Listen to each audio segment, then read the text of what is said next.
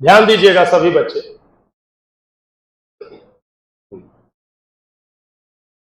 बहुत इंपॉर्टेंट अभी कॉन्सेप्ट आपको मिलने वाला है, ध्यान से समझिएगा।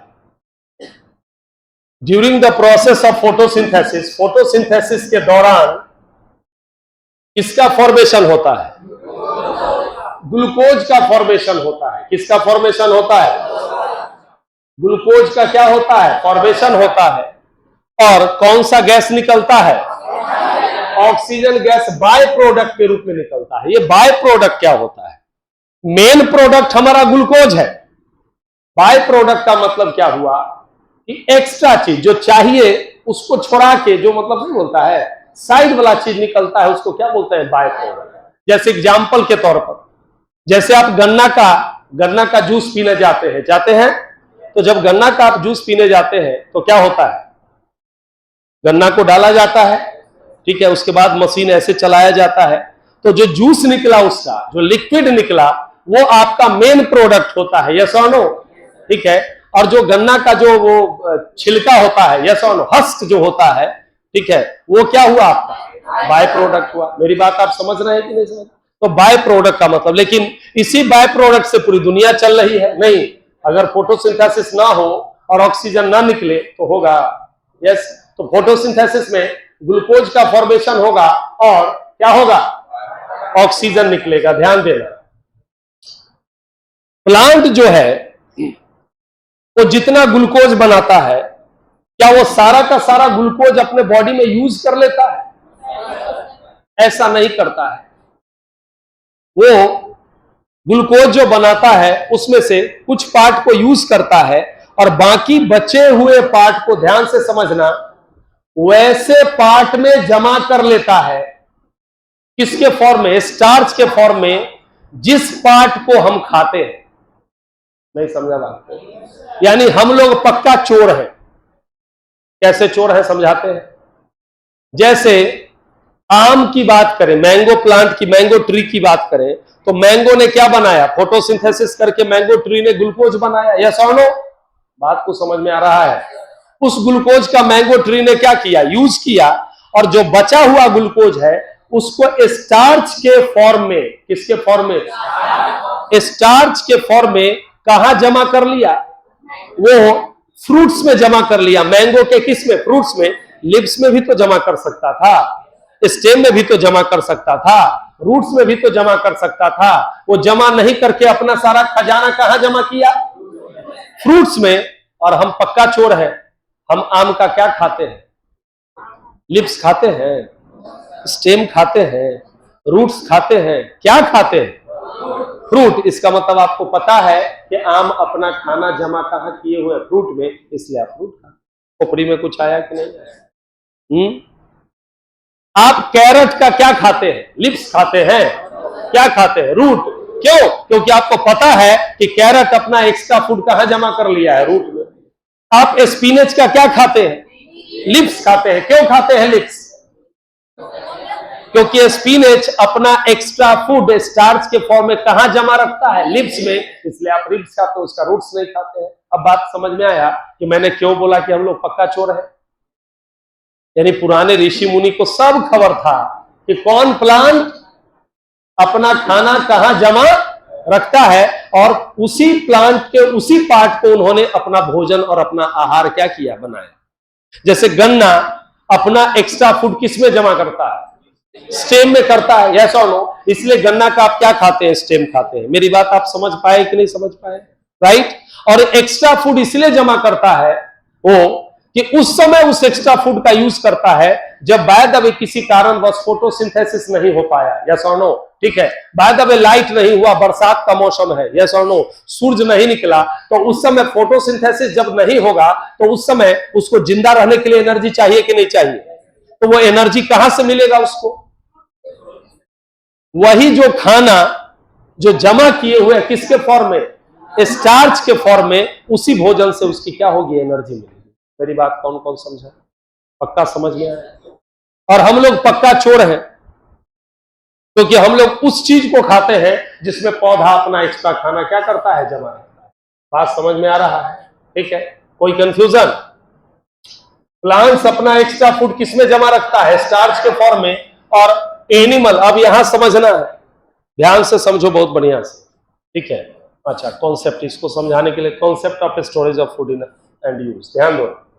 मान लिया जाए, सीखो यहां से, बहुत इंपॉर्टेंट कॉन्सेप्ट है। मान लिया जाए प्लांट ने बनाया 50 ग्राम ग्लूकोज। क्या बनाया? कितना ग्राम बनाया? ग्लूकोज। ये माना हुआ चीज आपको समझाने के लिए बता रहे हैं। कितना ग्राम बनाया? 50 ग्राम ग्लूकोज बनाया, यस और नो? इसमें से उसने क्या किया? मान लिया जाए 30 ग्राम उसने क्या कर लिया? यूज कर लिया अपने वेरियस प्रोसेस, बहुत लाइफ प्रोसेस को चलाने के लिए। तो बचा कितना ग्राम?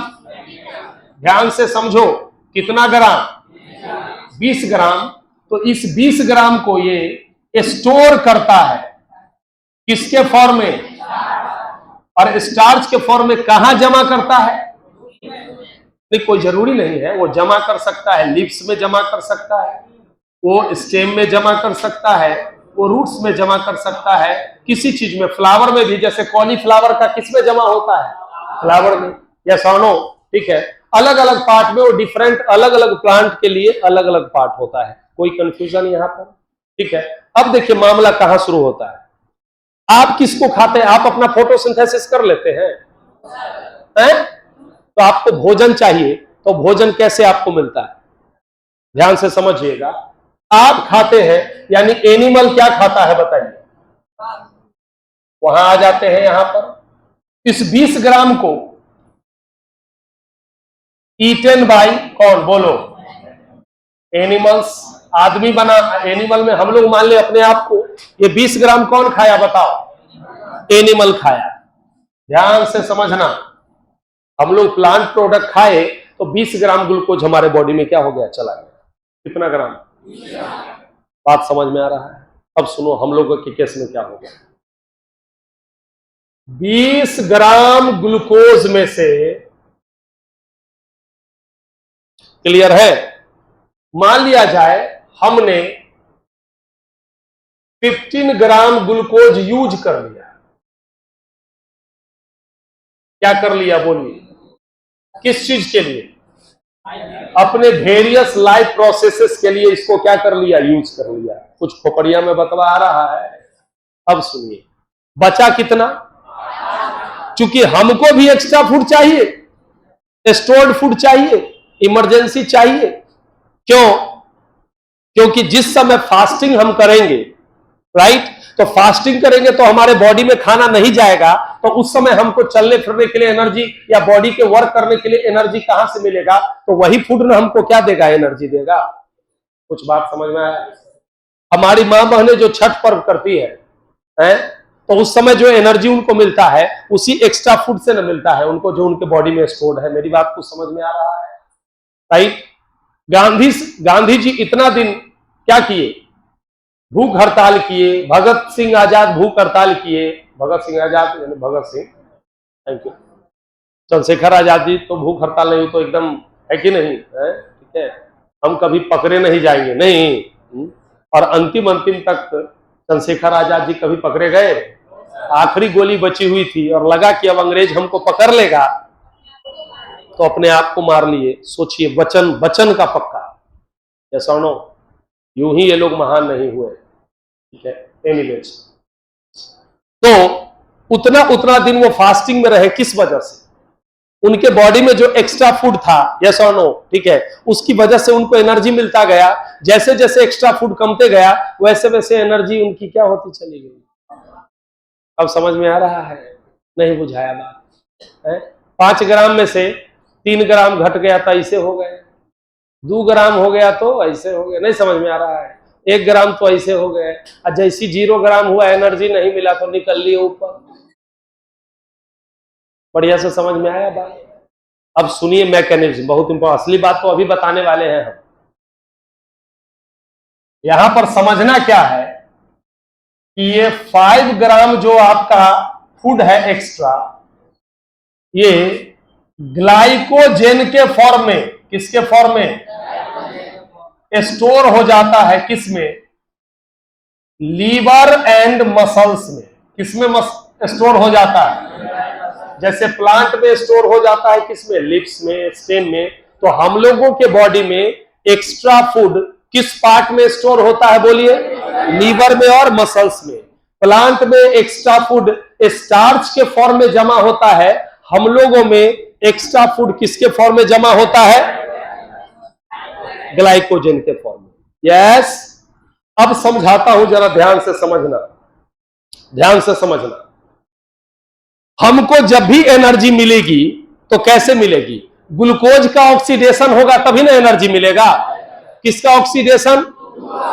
यानी ऑक्सीजन का रिएक्शन किसके साथ होना चाहिए? ग्लूकोज के साथ।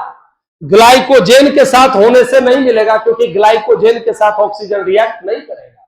जब भी एनर्जी हमको मिलेगी तो किस फॉर्म में मिलेगी? ग्लूकोज का ऑक्सीडेशन होगा तभी एनर्जी मिलेगा। यानी हमको इस खाना को किस में बदलना पड़ेगा बताइए? ग्लूकोज में। फॉर एग्जाम्पल, बहुत अच्छा एग्जाम्पल है इस चीज को समझने के लिए, कि आप ग्लूकोज को आटा समझ लीजिए। ग्लूकोज क्या है बोलिए? आटा। आटा समझ में आ रहा है।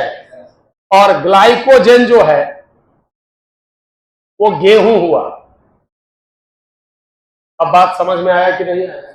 ग्लाइकोजन क्या हुआ? गेहूं। आप डायरेक्ट गेहूं को नहीं खा सकते हैं, आप जब भी यूज करेंगे तो किसके फॉर्म में? आटा के फॉर्म में चेंज। बढ़िया से समझ पा रहे हो आप? पक्का समझ में आया? जब तक वो आटा में नहीं बदलेगा तब तक आप उसको यूज नहीं कर सकते। उसी तरीके से ग्लाइकोजन जब तक ग्लूकोज में नहीं कन्वर्ट होगा आप उसको यूज नहीं कर सकते। कुछ बात समझ में आया? ठीक है। तो और ये भी बात है कि हम लोग मान लिया जाए खेत में उपजा, तो सारा का सारा गेहूं को हम लोग गेहूं के रूप में जमा नहीं करते हैं, आटा के रूप में लेते हैं। और कुछ गेहूं को जमा रखते हैं, किस वजह से? क्योंकि जरूरत पड़े तो उसमें से क्या करें? गेहूं को पिसा पिसा के आटा के रूप में यूज करें। यस, तो हमारा बॉडी भी क्या करता है? ये गेहूं जो है यानी ग्लाइकोजन है, उसको किस में बदल बदल के? ग्लूकोज में बदल बदल के यूज करता है। तो बताइए हमको, गेहूं से आटा किस चीज में बदलता है? कौन मशीन बदलता है उसको? आटा चक्की। बढ़िया से समझ में आया? कौन चीज बदलता है बोलिए? आटा चक्की। ऐसा कॉन्सेप्ट समझा देंगे ना कि कभी जीवन में भूलोगे नहीं, कभी नहीं भूल सकते। आटा चक्की बदलता है। तो हमारे बॉडी का आटा चक्की है पैनक्रियाज। कौन है? कौन है? पैनक्रियाज। जानते हो ना, ग्लैंड होता है। तो पैनक्रियाज जो है वो दो, बायोलॉजी हम पढ़ा रहे हैं, क्या पढ़ा रहे हैं? बायोलॉजी।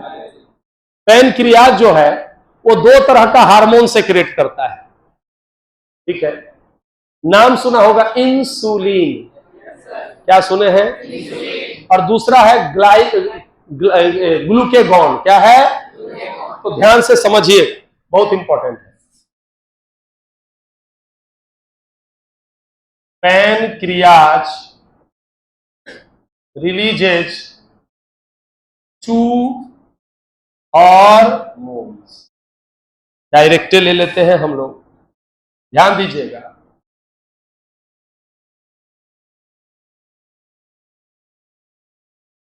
ध्यान से समझिएगा।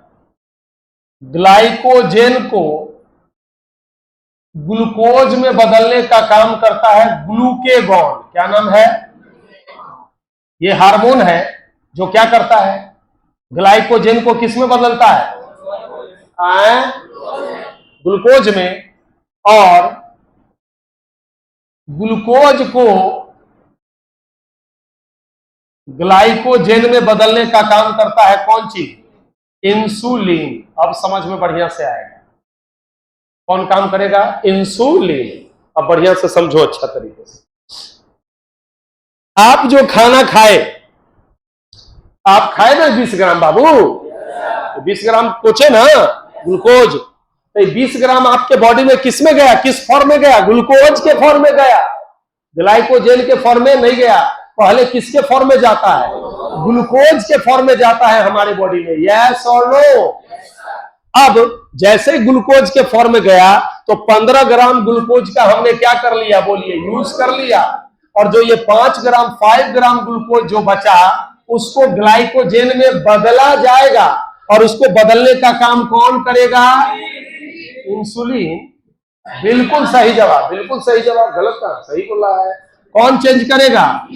इंसुलिन। ये क्या करेगा? ग्लूकोज को किस में बदल देगा? ग्लाइकोजन में बदल देगा। बात समझ में आ रहा है? ठीक है। वो इंसुलिन उस 5 ग्राम को किस में बदल देगा? बोल नहीं रहा है, किसमें? ग्लाइकोजन में बदल देगा। लेकिन जब आप छठ पर्व कीजिएगा, यस और नो, जब आप मरुस्थल में फंस गए और खाना पीना नहीं मिल रहा है, तो उस समय आपके पैनक्रियाज से एक हार्मोन निकलेगा जिसका नाम क्या है? ग्लूकेगॉन। क्या नाम है? वो आपके बॉडी में जो ग्लाइकोजेन के रूप में फूड स्टोर्ड है, उसको किस में बदलेगा? किस में बदलेगा? और आप नाक द्वारा क्या लीजिएगा? ऑक्सीजन। तो ग्लूकोज और ऑक्सीजन मिलकर ऑक्सीडेशन होगा और आपको चलने के लिए एनर्जी मिलेगा। कौन कौन संदेश? पक्का है? अब मामला गड़बड़ कहां होता है, ध्यान दीजिएगा, अब समझ में आ जाएगा। आज सबसे बड़ी बीमारी जो इंडिया का है, जिसका इंडिया राजधानी है, डायबिटीज का इंडिया क्या है? कैपिटल है। India is the capital of diabetes. Diabetic capital है इंडिया। आपको पता है वर्ल्ड में सबसे ज्यादा डायबिटीज कहां है? इंडिया में है। आने वाले समय में हर 3 आदमी में 1 आदमी को क्या होगा? डायबिटीज है। यानी किसी बेंच पर 6 गो बच्चा बैठा हुआ है,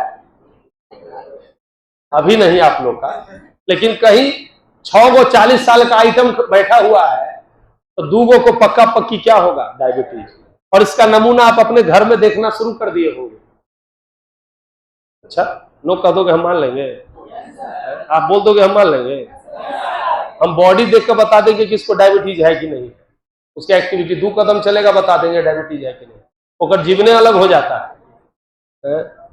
समझ में आ रहा है? आज के डेट में हर घर में लगभग क्या है? डायबिटीज का पेशेंट है, हर घर में। अब तोरा अभी उम्र थोड़े है तुम लोग का कभी, ठीक है। अब सुनो बात, अब डायबिटीज कैसे होता है इसको समझो। लाइफ स्टाइल खराब होने के कारण, क्या होने के कारण? लाइफ स्टाइल खराब होने के कारण, उल्टा पुल्टा खाने के कारण और एक्सरसाइज वगैरह नहीं करने के कारण, बॉडी का मेटाबॉलिज्म गड़बड़ा जाने के कारण हम लोग का पैनक्रियाज ग्लैंड जो है उसमें गड़बड़ी आ जाता है। कौन सा गड़बड़ी? पैनक्रियाज में गड़बड़ी आ जाएगा। जब पैनक्रियाज में गड़बड़ी आएगा तो ये इंसुलिन को छोड़ना क्या कर देगा? कम कर देगा या बंद कर देगा। आप समझ में आ रहा है? तो जब इंसुलिन को छोड़ना कम कर देगा या बंद कर देगा, तो आप जो ये 20 ग्राम खाए, कितना ग्राम खाए? 20 ग्राम। अब समझ में आएगा। तो 15 ग्राम का तो बॉडी यूज कर लिया ग्लूकोज, क्योंकि यहां पर तो इंसुलिन का कोई जरूरत है ही नहीं।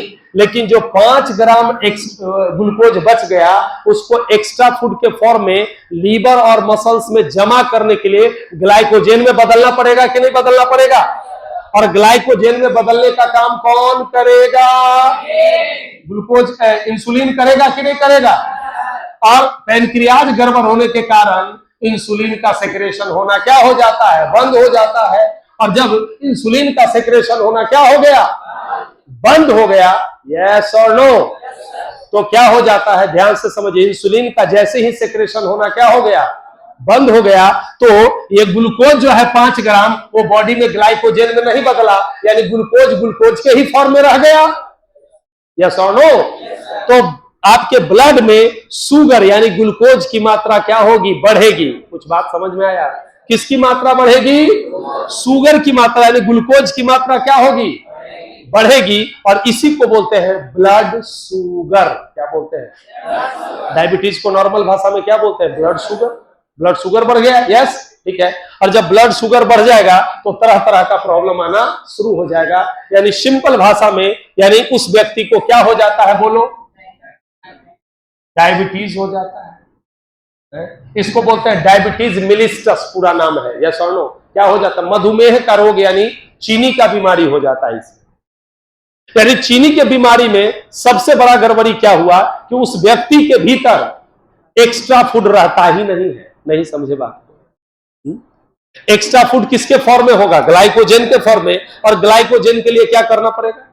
इंसुलिन चाहिए और इंसुलिन है नहीं तो क्या होगा, ग्लूकोज ग्लूकोज में ही रह जाएगा। यानी क्या हो गया, उसको डायबिटीज वाले के पास गेहूं नहीं रहता है, जो रहता है सबके सब क्या रहता है, ऑटो रहता है। आया समझ में है? तो आटा कितना दिन रहेगा, धीरे धीरे धीरे धीरे ये आटा में भुआ जाएगा, इसमें कीड़ा लग जाएगा वगैरह वगैरह। बात समझ में आ रहा है? ठीक है। और ये आटा धीरे धीरे यूज किया, गेहूं एक्स्ट्रा है नहीं तो एक्स्ट्रा फूड का जरूरत पड़ेगा, तो आदमी साफ हो जाएगा कि नहीं हो जाएगा। इसीलिए डायबिटीज जिसको हो जाता है वो लगातार या तो इंसुलिन का इंजेक्शन लेता है या टैबलेट लेता है, या सर ठीक है, ताकि अलग से इंसुलिन लेता है ताकि उसके बॉडी में जो ग्लूकोज हो वो किसमें बदले, बात समझ में आ रहा है?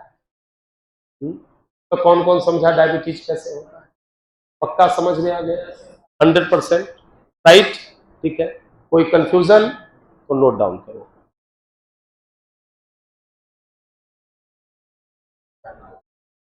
चलिए अभी पढ़ेंगे हम लोग क्या चीज, ध्यान से समझना।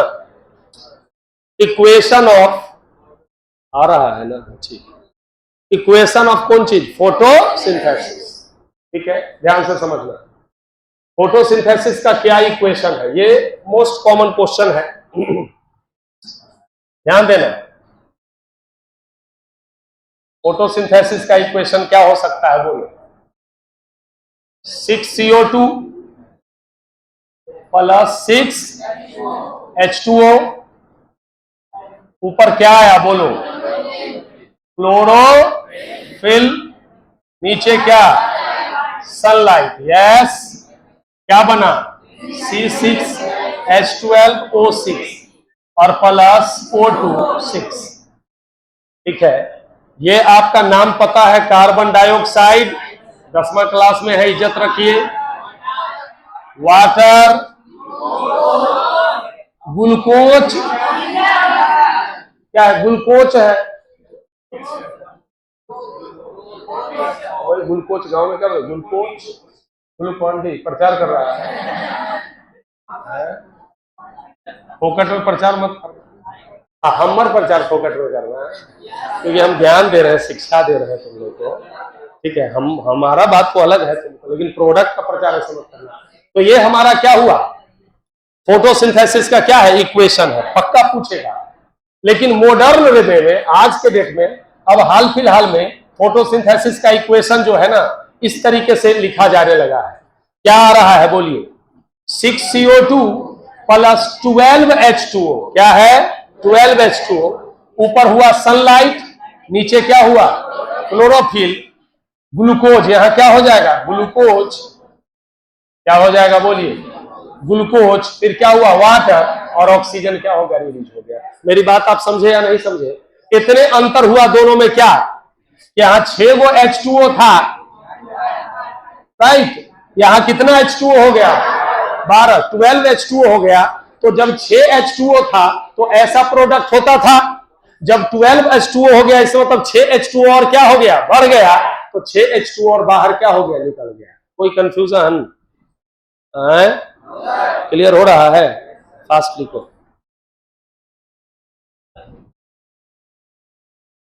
देखो,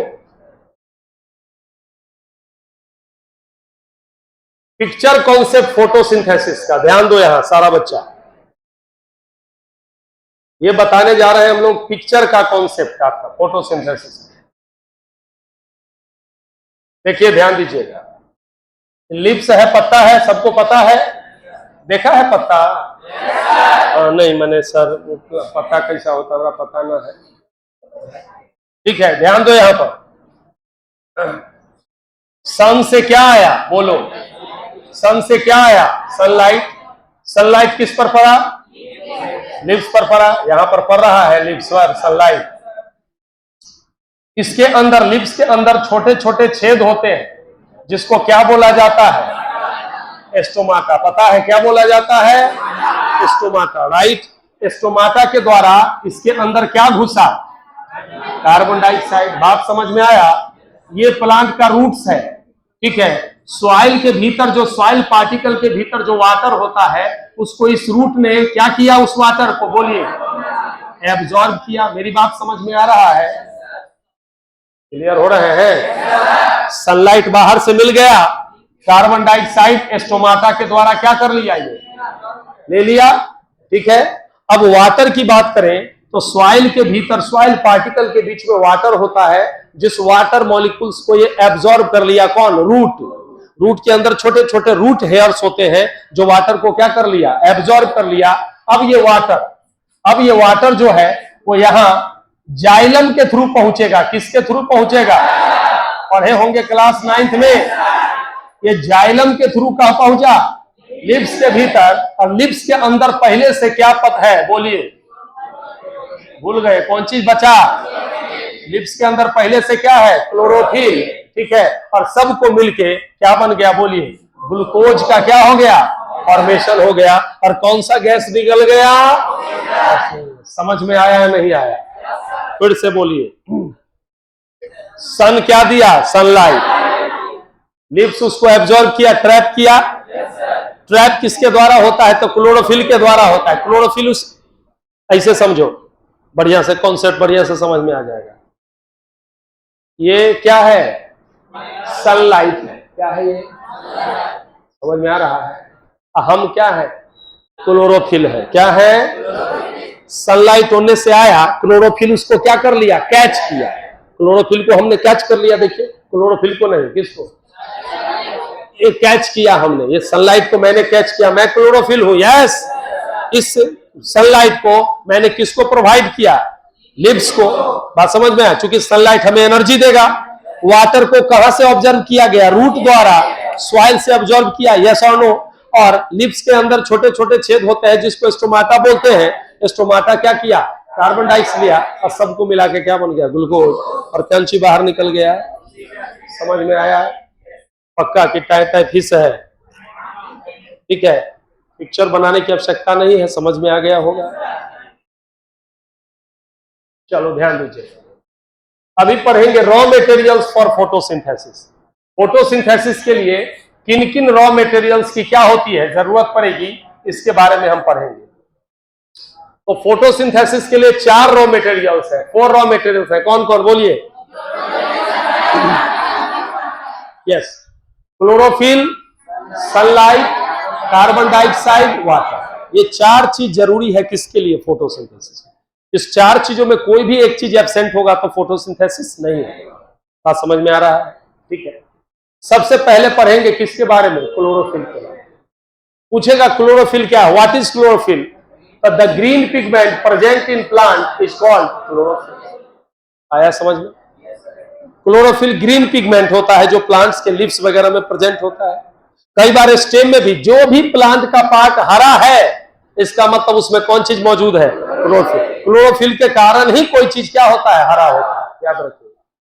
इट इज प्रेजेंट इन कहां, क्लोरोप्लास्ट। बात समझ में आया? ठीक है, ध्यान दीजिएगा। प्लांट्स लुक ग्रीन, प्लांट किसकी वजह से हरा दिखाई देता है, क्लोरोफिल की वजह से होता है। Have you got any problem? ऐसे तो क्लोरोफिल कई तरह के होते हैं। हायर क्लास जब मेडिकल का प्रिपरेशन कीजिएगा तो डिफरेंट टाइप्स के क्लोरोफिल आपको पढ़ना है, लेकिन मेनली 2 क्लोरोफिल जो है वो फोटोसिंथेसिस में इंपॉर्टेंट रोल प्ले करता है। और पहला है क्लोरोफिल ए और क्लोरोफिल बी। अब क्लोरोफिल ए का फॉर्मूला क्या है, क्लोरोफिल ए का फॉर्मूला है, ध्यान देना, C5555 H72 72 O5 N4 Mg। अब यहां आपसे एक सवाल पूछेगा तो क्लोरोफिल के अंदर कौन सा मेटल पाया जाएगा, तो Mg पाया जाएगा, यानी मैग्नीशियम पाया जाएगा। याद रखना इस चीज को। बात समझ में आ रहा है? ठीक है। क्लोरोफिल बी का फॉर्मूला C55 H70 फिर क्या हो जाएगा, उल्टा कर दिए क्या,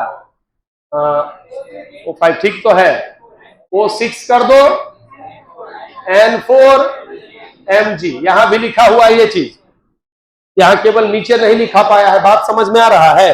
तो ये क्लोरोफिल और क्लोरोफिल बी।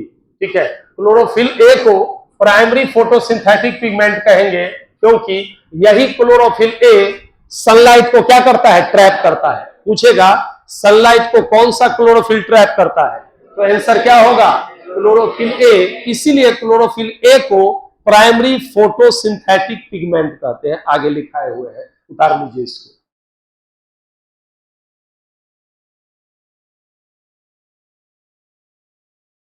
अब देखिए, मैंने अभी क्या बोला आपको, क्लोरोफिल ए को क्या बोलते हैं बताइए?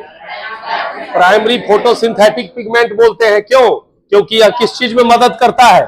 फोटोसिंथेसिस में सनलाइट को ट्रैप करने में मदद करता है। मैंने बताया क्लोरोफिल का मेन काम क्या है? सनलाइट को ट्रैप करना। पूछेगा what is the main function of chlorophyll, तो क्या आंसर होगा? Trapping of sunlight. यही मेन फंक्शन है किसका? क्लोरोफिल का, फोटोसिंथेसिस में। ऐसे तो फंक्शन और भी है कि क्लोरोफिल की वजह से प्लांट हरा दिखाई देता है, यस, लेकिन फोटोसिंथेसिस में मेन काम है क्या? सनलाइट को क्या करना? ट्रैप करना। और उसमें भी कौन सा क्लोरोफिल ट्रैप करता है बताओ? कौन सा क्लोरोफिल? Chlorophyll A. इसलिए क्लोरोफिल ए को क्या बोलते हैं? प्राइमरी फोटोसिंथेटिक पिगमेंट बोलते हैं। Have you got any problem? Photosynthesis में क्लोरोफिल के अलावा कुछ और पिगमेंट की भी जरूरत पड़ती है। कुछ और पिगमेंट भी अपना रोल अदा करते हैं और उन पिगमेंट्स को बोला जाता है कैरोटीनॉइड्स और ज़ैंथोफिल। बात समझ में आया? बहुत इंपॉर्टेंट पॉइंट, बराबर ये पूछा जाता है क्वेश्चन कि फोटोसिंथेसिस के दौरान कौन सी एनर्जी किस एनर्जी में चेंज होती है? तो सनलाइट लिया जाता है, तो जाहिर सी बात है कौन सी energy? Solar energy. Solar energy मतलब क्या हुआ बोलो? लाइट एनर्जी भी लिख सकते हो, हालांकि सोलर एनर्जी में लाइट और हीट दोनों होता है, लेकिन मेनली क्या बोलेंगे? Light energy. किस एनर्जी में चेंज होगा? किस में? अब कोई पूछे कि केमिकल एनर्जी में कैसे, तो फोटोसिंथेसिस में लाइट एनर्जी का यूज करके ग्लूकोज बनता है C6H12O6। तो इनमें कार्बन, हाइड्रोजन और ऑक्सीजन के बीच बॉन्ड्स है कि नहीं है? और उस बॉन्ड्स में एनर्जी स्टोर्ड है कि नहीं है? और उस एनर्जी को बोलते हैं कौन सा एनर्जी? Chemical energy. यस, इससे पता चलता है कि फोटोसिंथेसिस के दौरान सोलर एनर्जी किस एनर्जी में चेंज होता है। कोई कंफ्यूजन? चलिए, उसके बाद दूसरा जो रॉ मटेरियल है हमारा वो क्या है बोलो? Sunlight. Sunlight very important photosynthesis के लिए है। सनलाइट क्या प्रोवाइड करता है? एनर्जी। कौन चीज उसको ट्रैप करता है बोलो? क्लोरोफिल ट्रैप करता है। और फिर फोटोसिंथेसिस रिएक्शन में क्या होगा? ये होगा। एक बहुत इंपॉर्टेंट बात है, ध्यान दीजिएगा, ध्यान दीजिएगा। प्लांट जो है, plants use energy of the sun to change water and carbon dioxide into sugar called glucose and oxygen gas. यानी फोटोसिंथेसिस के दौरान सनलाइट का यूज किया जाता है। किसके द्वारा? माने सनलाइट, वाटर और कार्बन डाइऑक्साइड का यूज करके किसका निर्माण करते हैं? शुगर का। जैसे किसको क्या कहा जाएगा? ग्लूकोज। और कौन सा गैस रिलीज होता है? Oxygen gas. लिख लीजिए इस पॉइंट।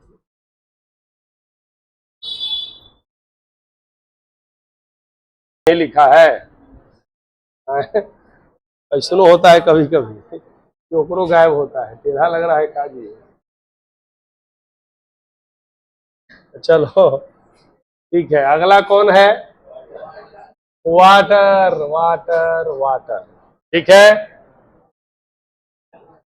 अगला कौन है? वाटर।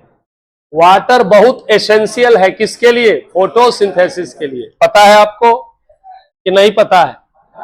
चलिए, थैंक गॉड आपको पता है कम से कम, ठीक है। प्लांट वाटर को कहां से ऑब्जर्व करता है? अभी पढ़ाए हैं, सॉइल से, right. Plant absorb water through roots by the process of osmosis. एक और पॉइंट इसमें जोड़ेंगे,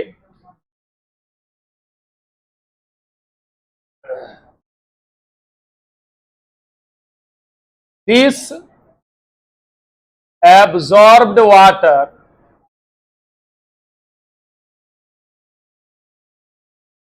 reach to the lips। ये वाटर जो एब्जॉर्ब होता है वो लिप्स तक पहुंचता है किसके through? Lip to the lips through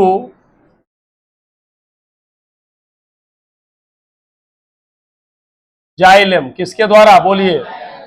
xylem. और किस प्रोसेस के द्वारा एब्जॉर्ब किया जाता है, वो क्या है, ऑस्मोसिस। आप जब क्लास 9th में पढ़े होंगे तो डिफ्यूजन पढ़े होंगे।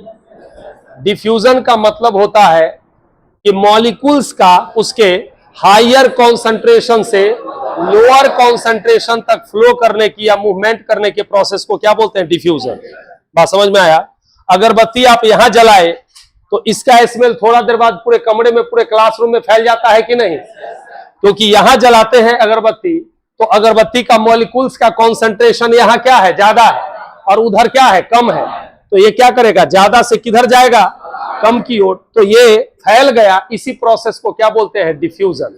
कॉन्सेप्ट क्लियर है, कोई कंफ्यूजन?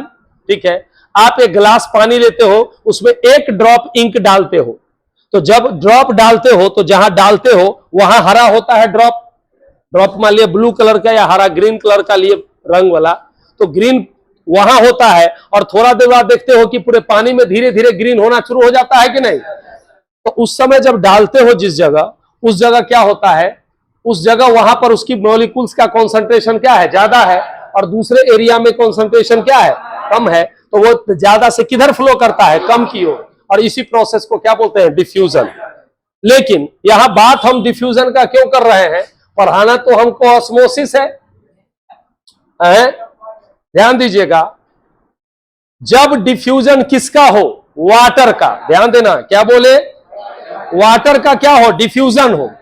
वाटर का डिफ्यूजन मतलब, ध्यान दो, इधर वाटर का मॉलिक्यूल क्या है, ज्यादा, ध्यान से समझना, इधर वाटर का ज्यादा मॉलिक्यूल है और इधर वाटर का क्या है, बताओ, कम मॉलिक्यूल है। इधर हायर कॉन्सेंट्रेशन है, इधर लोअर कॉन्सेंट्रेशन।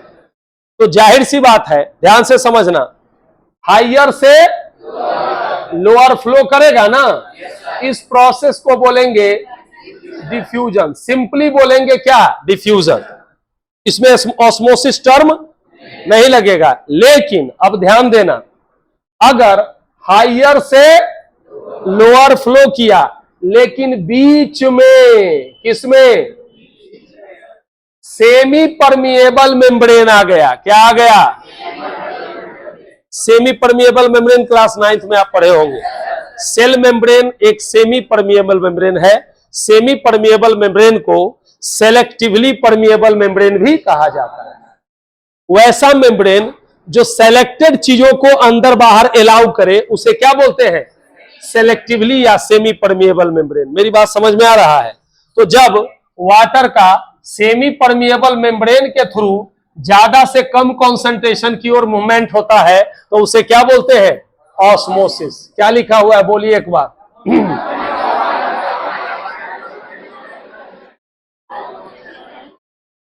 अभी पढ़ाए वही चीज है ना, the movement of water from higher concentration to lower concentration through किसके द्वारा, सेमी।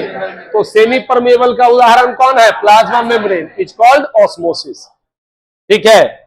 इसको सिंपली क्या कर सकते हैं, डिफ्यूजन ऑफ वाटर। डिफ्यूजन मतलब हायर से lower, diffusion of water through किससे, इज कॉल्ड ऑस्मोसिस। ये दोनों हो सकता है। मेरी बात कुछ समझ में आया कि नहीं आया? तो आप पिक्चर बनाने में ज्यादा कुछ नहीं करेंगे, आप बना सकते हैं यहां से। नहीं, थोड़ा अच्छा बनाना है, तब तक उतारो, थोड़ा सुंदर बना देना।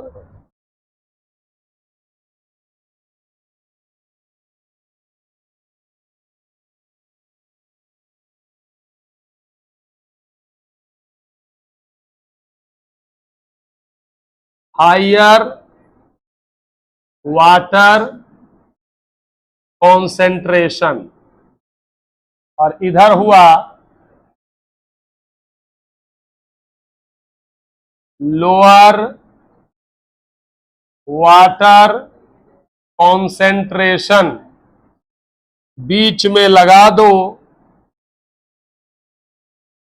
ये है हमारा सेमी परमिएबल क्या चीज, मेम्ब्रेन। तो हायर से लोअर की ओर जो वाटर का मूवमेंट होगा, इसी को बोलते हैं हम क्या, ऑस्मोसिस।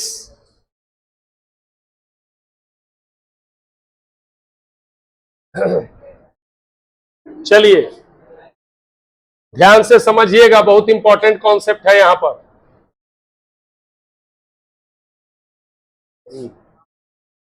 फोटोसिंथेसिस के दौरान फोटोलाइसिस ऑफ वाटर होता है। क्या होता है बोलिए? फोटोलाइसिस ऑफ वाटर क्या है?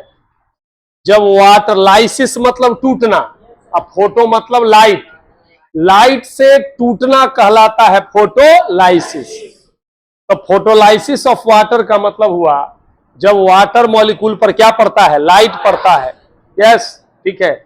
सनलाइट का क्या काम है? मेनली क्लोरोफिल ट्रैप कर लिया किसको? सनलाइट को, और वो सनलाइट किस पर अटैक किया? वाटर पर।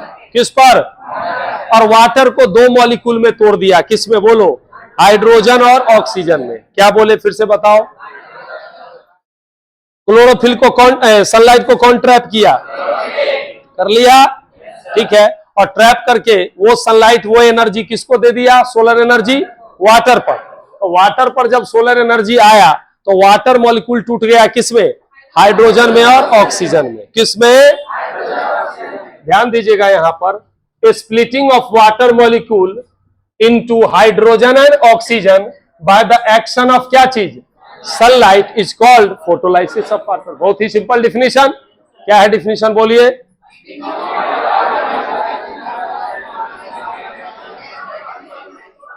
क्लियर है? ठीक है। ये थोड़ा हायर क्लास की चीज है, सिंपल वे में आप समझ लीजिए कि वाटर ऐसे टूटा। किसमें टूट गया बोलिए? H2 और O2 में। हमने इसको बैलेंस कर दिया बाय द वे। यस, किससे टूटा बोलो? कौन? लाइट से। बात समझ में आया? इस प्रोसेस का क्या नाम हुआ बोलो? क्या नाम दिए बोलिए? इसका नाम हुआ फोटोलाइसिस ऑफ वाटर। खोपड़िया में आया बात? ध्यान से समझना, ये भी नीचे लिख लेना है आपको, राइट? ठीक है।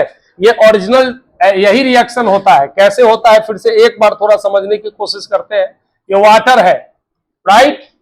वाटर जो है आयंस में टूट गया, ठीक है। ये किसमें? हाइड्रोजन, ठीक है, और ये इलेक्ट्रॉन। आप बताइए, ये हाइड्रोजन ऐसे है, हाइड्रोजन जब टूटेगा ना आयन में तो H+, ये बताइए कि H+ का मतलब क्या हुआ? कि एक इलेक्ट्रॉन छोड़ेगा, जो छोड़ता है उसी पर ना प्लस चार्ज होता है। तो इलेक्ट्रॉन छोड़ा, तो इसको तुम ऐसे लिख सकते हो कि नहीं लिख सकते हो? बताओ। नहीं बुझाया बात?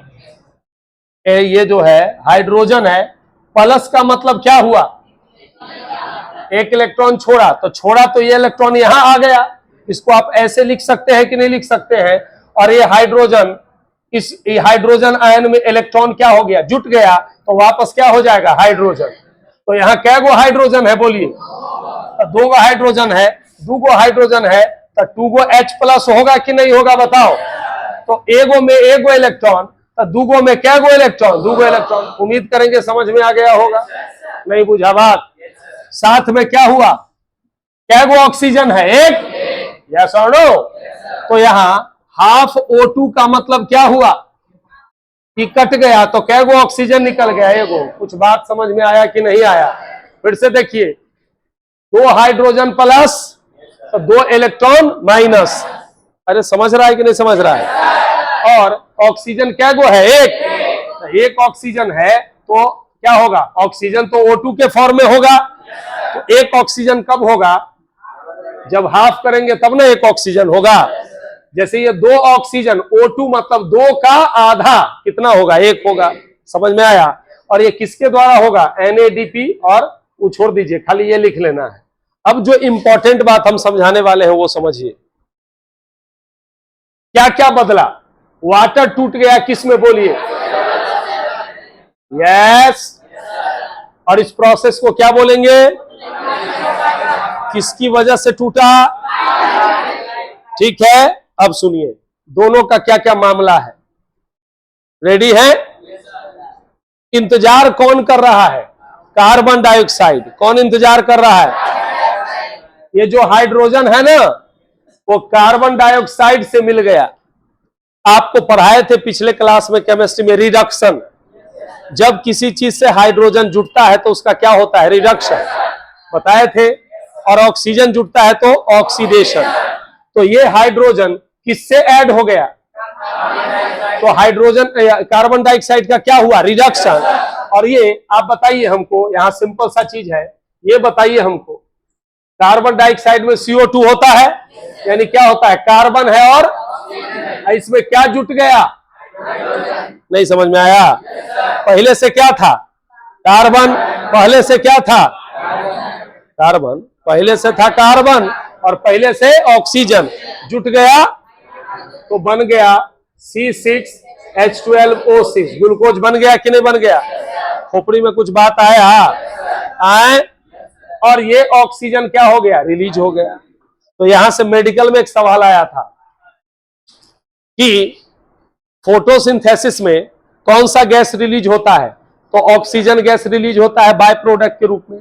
अब यहां कंफ्यूजन यह है कि ऑक्सीजन, कार्बन डाइऑक्साइड में भी ऑक्सीजन है और वाटर में भी ऑक्सीजन है, दोनों में ना ऑक्सीजन है। तो यहां कंफ्यूजन हो सकता है कि नहीं है कि दोनों में जो ऑक्सीजन है, पूछेगा आपसे कि फोटोसिंथेसिस में जो ऑक्सीजन निकलता है वो ऑक्सीजन कार्बन डाइऑक्साइड से निकलता है कि वाटर से निकलता है? तो कंफ्यूजन होगा कि नहीं होगा? क्योंकि कार्बन डाइऑक्साइड में भी ऑक्सीजन है और वाटर में भी ऑक्सीजन है, यस और नो। लेकिन ये फोटोलाइसिस क्लियर कर देता है कि ये हाइड्रोजन किससे जुट गया? कार्बन डाइऑक्साइड से। तो क्या बन गया? ग्लूकोज। और ये ऑक्सीजन जो फोटोलाइसिस ऑफ वाटर के दौरान हुआ, ये ऑक्सीजन बाय प्रोडक्ट के रूप में निकल गया। तो आपका आंसर क्या होगा? वो ऑक्सीजन जो निकलेगा वो कार्बन डाइऑक्साइड या वाटर से? कोई कंफ्यूजन? पक्का? चलिए उतार लीजिए इसको।